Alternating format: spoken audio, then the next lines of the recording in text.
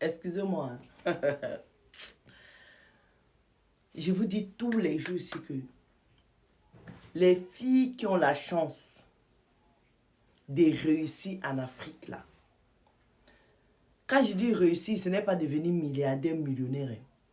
Pour moi, la réussite dans la vie, là, quand tu as la santé, tu peux payer ton loyer, tu peux payer tes factures, tu peux te soigner.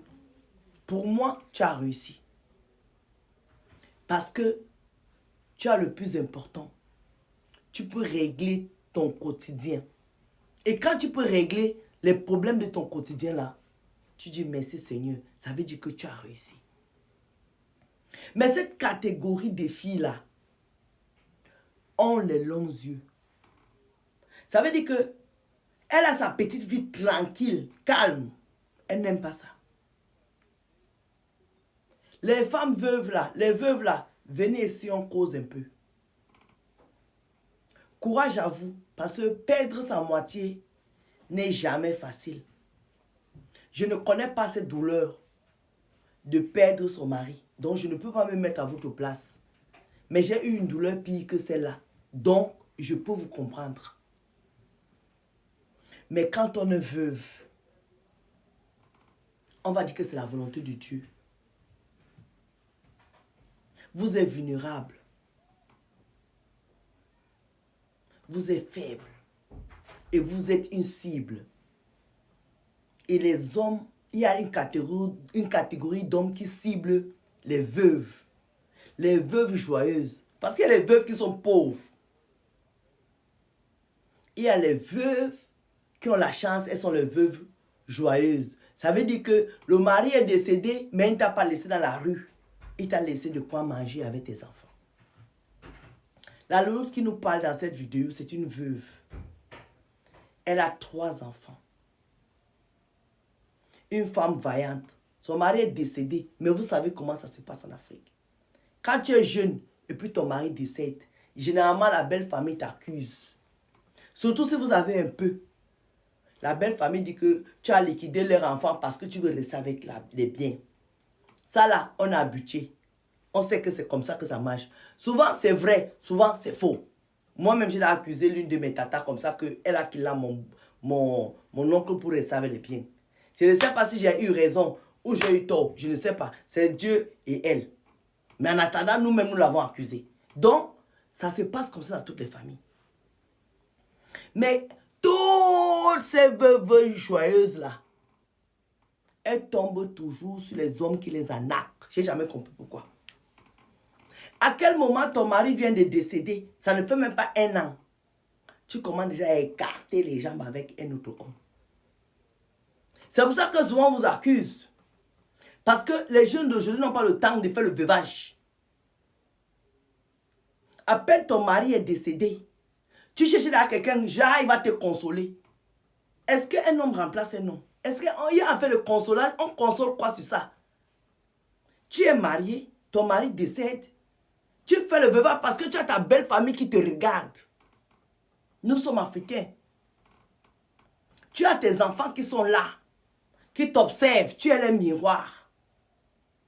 Les veuves là, apprenez à vous abstenir avec vos histoires qu'il faut qu'on vous réconforte. Voici alors celle-ci qui est ici. Son mari est décédé, sa belle famille ne l'a pas accompagnée. Comme d'habitude, comme je vous disais au début, que c'est rare de voir une belle famille qui accompagne la veuve quand tu es jeune. Parce que tout de suite, ils regardent l'argent que les frères ont laissé. Ils disent que c'est toi. Donc, ils ne vont pas t'accompagner. Celles qui ont la chance se font accompagner. Mais à 50% de veuves ne se font pas accompagner par la belle famille quand le mari est décédé jeune.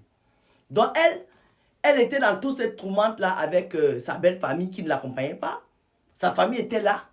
Donc, elle souffrait de ce tiraillement qu'elle avait avec sa belle famille. Elle tombe sur un Rwandais. Vous-même, les Camerounaises là. Rwanda, on dit qu'il y a la guerre là-bas avec, le Congo. Quelqu'un qui est là-bas, tu ne connais pas sa famille, tu ne le connais ni d'Adam ni d'Ève. À quel moment tu es vulnérable et puis tu tombes sur quelqu'un qui sort lui-même de ses problèmes? Parce que moi qui suis assise ici, tu viens devant moi, tu dis que tu es Rwandais, tu regardes d'abord. Parce que oui, les gens sont dans les problèmes là-bas. Et puis beaucoup de Rwandais, c'est les fémans.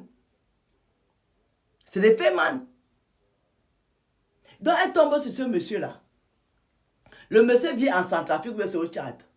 Mais il a construit une maison au Cameroun. Donc c'est un monsieur qui est un peu debout. Ça, c'est le style de mec. Quand il ne vient pas pour ton argent, il vient pour ton étoile. Je vous ai déjà dit ça ici. Que avant de vous donner aux hommes là, checkez, checkez, checkez, checkez. Mettez-vous en prière. Souvent, il y a des hommes là qui marchent dans les rues, dans les grosses voitures, qui ont beaucoup d'argent. Mais l'argent là, il le fait les étoiles des jeunes filles, des femmes âgées, des veuves, des ceci et de cela. Et donc, nous sommes, nous les femmes, nous sommes des cibles de tous ces gars-là qui veulent à tout prix réussir. Donc, elle tombe sur ce monsieur-là.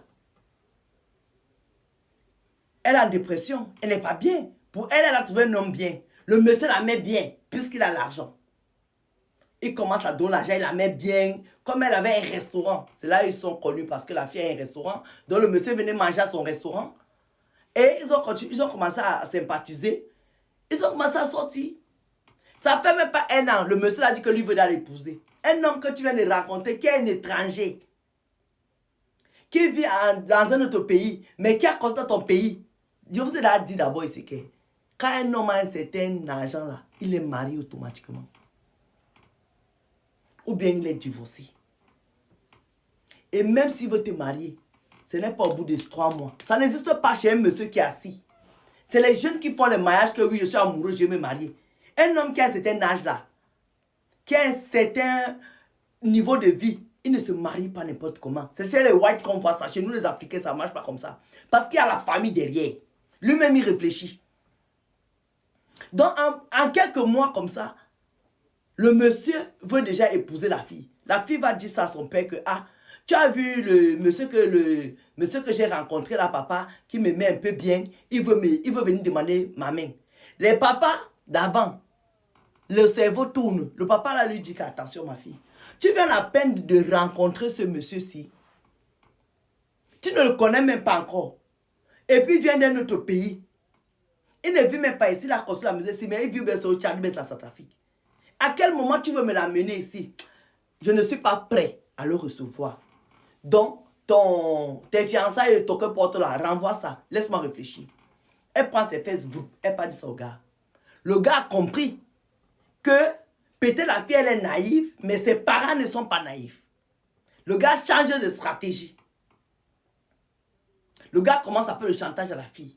Oui, moi je t'aime, je vais t'épouser, tes parents ne veulent pas de moi, il bloque le téléphone.